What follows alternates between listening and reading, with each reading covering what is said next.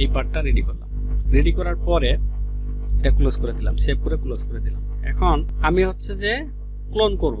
Clone করব মানে হচ্ছে যে এইটা যেভাবে আমি হচ্ছে যে সেকশন বা ডাইমেনশন নিছি সেই অনুপাতে বাকি ড্রয়িংগুলো আমার ক্রিয়েট হবে। ঠিক আছে, তো এটা সিলেক্ট রেখে আমি মডেলে সম্পূর্ণ সিলেক্ট করব। করার পরে এখানে যদি আমি ক্লোনে ক্লিক করি, ক্লোনে ক্লিক করে এখানে ক্লোন সিলেক্টেডে ক্লিক করি, তাহলে হচ্ছে যে বাকি যে ড্রয়িংগুলো আছে সবগুলো ড্রয়িং আমার হচ্ছে যে ক্লোন হয়ে যাবে। মানে হচ্ছে যে এইটার আদলে কপি হবে।